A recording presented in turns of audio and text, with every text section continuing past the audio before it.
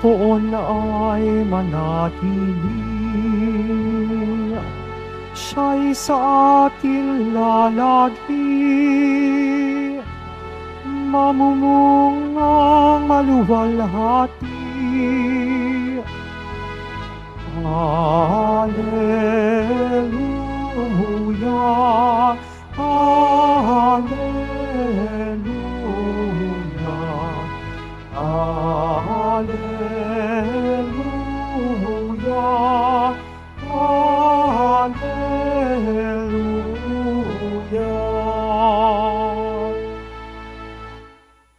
Sumainyo ang Panginoon at sumairin ang pagpapahayag ng mabuting balita ng Panginoon ayon kay San Mateo.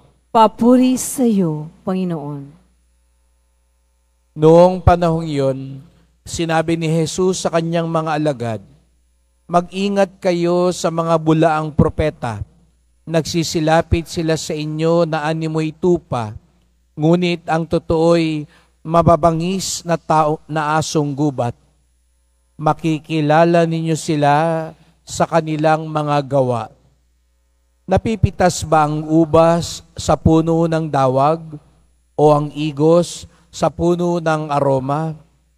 Nagbubunga ng mabuti ang bawat mabubuting punong kahoy, subalit nagbubunga ng masama ang masamang punong kahoy.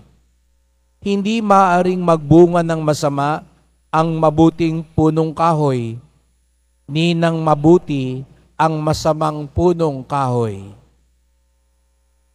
Ang bawat puno na di nagbubunga ng mabuti ay pinuputol at itinatapon sa apoy. Kaya nga, makikilala ninyo sa kanilang mga gawa ang mga bulaang propeta."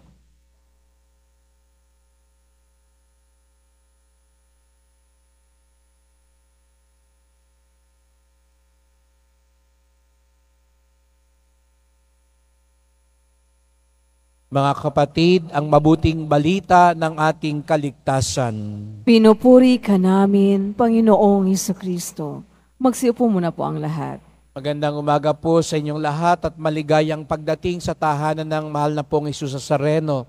Pinabati, pinagdarasal din natin ang mga nasa online, lalo na po mga may sakit, nag-aalaga sa may sakit, at mga kababayan, mga kadeboto natin mula sa iba't ibang panig ng bansa at daigdig na nais sumama sa misa dito sa Quiapo, sa Basilica Minor at Pambansang Dambana ni Hesus Nazareno. Ang mabuting puno ay laging magdudulot ng mabuting bunga. Kung ano ang puno, yun din ang bunga. Ito ang napakahalata na paalala turo sa atin ni Hesus Nazareno. Bagamat alam natin na minsan ay mahirap mapagtanto, mahirap makita ang bunga sapagkat may paglilinlang, may animoy pag-iiba. Kaya nga mas lalong higit na kailangan ang taimtim na pagdalisay, pagninilay at pagsusuri kung ang bunga talaga ay naangkop sa puno. Tayong lahat, halimbawa, sinasabi natin, at ito naman ay pawang katotohanan, tayo'y mga anak ng Diyos, sapagkat tayong lahat ay binyagan. Tayong lahat ay mga Kristiyano. At lalo tayo na nagpupunta dito sa Quiapo, sinasabi natin tayo'y mga deboto, mga alagad, mga mananampalataya ni Hesus Nazareno. Ngunit, saan ba talaga nasusukat ang pagiging deboto? Saan ba talaga nalalaman kung sino ang mananampalataya ni Jesus Nazareno? Kadalasan, masasabi natin, oo, naka-maroon yan. Naka-t-shirt siya ng Nazareno. Nakasuot siya ng medalyon ng Nazareno. Lagi yang may dalang imahe ng Nazareno.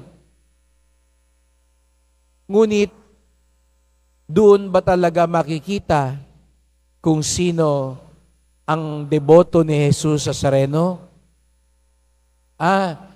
Nagsisimba yan. May dalang rosaryo yan. May dalang nobenaryo yan. Nakasuot siya ng eskapularyo ng mahal na birhen. Katoliko iyan. May dalang Biblia yan. Umaattend niya ng mga prayer meeting at Bible study. Kristiyano yan. Nagpupunta din yan sa iba-ibang mga simbahan. Naniniwala yan sa Diyos. Yan din ay totoo maging sa mga ibang tao ng ating ibang pananampalataya. Alam natin, halimbawa, lalo na dito sa ating sa Quiapo, kung ano ang itsura ng Muslim.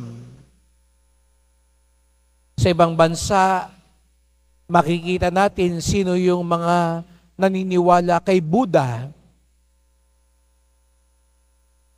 Sino ang mga Hudyo. Ang ibang mananampalataya. Batid din naman natin na sa ibang pananampalataya ay naniniwala din sila sa mga pinahalagahan natin katulad ng katotohanan, katarungan, kawanggawa, kapayapaan. Ngunit alam din natin, maging sa ibang pananampalataya, ay nagkakaroon din sila ng ganoong suliranin. Sino nga ba ang tunay na nananampalataya?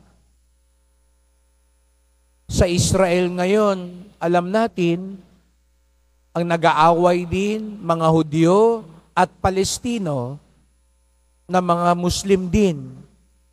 At pareho rin silang naniniwala sa kapayapaan na galing sa Diyos. Sa Ukraine, na nilalabanan ng mga Ruso, karamihan din sa kanila, parehong Kristiyano. Pareho ding naniniwala kay Jesus. Pero alam din natin kung gaano araw-araw may namamatay at ang mga nagpapatayan din ay mga Kristiyano. Kaya nga natitiyak ko kung mayroon mang nakasasakit sa puso ni Jesus Nazareno, hindi yung pako na ibinaon sa kanyang kamay sa krus, hindi yung sibat na itinusok sa kanyang tagiliran nung siya'y nakabayubay sa krus. Ang mas nakasasakit sa puso ni Jesus Nazareno ay ang makita ang kabalintunaan sa kanyang mga alagad. Ang makita ang pagkakaiba sa pamumuhay at paniniwala sa mga taong nagsasabing, naniniwala kami sa iyo. Kaya nga't maging ang ating mga Santo Papa, kanilang sinasabi, ang paghihiwalay, ang di pagkakaisa ng mga Kristiyano, ang pinakamalaking balakid sa pananampalataya at paniniwala kay Jesus. Kaya nga, ang ating mga sarili ay maganda rin nating tanungin, tunay nga ba talaga ang ating pagsunod sa Kanya? Nagsisimba po tayo, pero hindi tayo nababahala kapag nakikita natin ang kawalan ng katarungan, kapag nakikita nating naapi ang ating kapwa. Nagsisimba tayo, Pero hindi tayo nababahala sa mga kasinungalingan na umaaligid, ang fake news. At minsan, ito din ay nanggagaling sa atin. Nagpoprosesyon tayo, pero nag-aaway-away din. Nagsisiraan din. Nagdarayaan din. Ito ang mga kabalintunaan na hilingin natin sa Panginoon, tulungan tayong dalisayin. Sasabihin nating Katoliko, pero nagpapalaglag ng bata. Hindi naniniwala, sagrado ang kasal. Hindi naniniwala na dapat nang tanggalin ang death penalty. Ito lang ang ilan, mga kapatid, sa mga bagay-bagay na nais nating suriin. Nakakalungkot mang isipin na tayo, sinasabi nating Katoliko tayo, ngunit ang korupsyon, pagnanakaw, pandaraya sa ating lipunan ay ganun na lamang kataas. Kaya nga tuloy minsan nga, ang mga hindi Katoliko, hindi Kristiyano, kasabihin nga nilang, mas mabuti pa nga sigurong wag na lang magsimba, wag na lang maniwala sa Diyos. Sapagkat aminin din natin, minsan makikita natin sa ibang lugar, oo nga po, hindi sila naniniwala sa Diyos, pero hindi sila nangaapi, nandaraya, nanlalamang sa kanilang kapwa. Kaya nga't hilingin natin sa Panginoon, tunay siyang manahan sa atin. Sapagkat kung tunay siyang nasa atin, hindi pwedeng hindi tayo magbunga ng mabuti. Siguro nga, kaya hindi nagbubunga ng mabuti, hindi ho kaya hindi pa talaga nakatanim si Jesus Nazareno sa atin? Dahil nga, totoo naman yun. Kung ano ang puno, yun ang bunga. Baka nga kaya, hindi pa siya ang puno sa ating buhay. Baka nga kaya, iba pa ang binhi na nakatanim sa ating puso. Bagamat sa panglabas, parang nakatanim siya, pero hindi pala. Kaya pala, hindi pa rin siyang nagbubunga sa atin. Kaya nga't mahalaga, suriin lagi ang panloob. Kung ang tunay na naghahari, kung tunay na nakatanim, kung tunay na nasa atin si Jesus Nazareno, ang kanyang kabutihan, ang kanyang awa, ang kanyang katotohanan, ang siyang lalabas, makikita, at gagawin natin.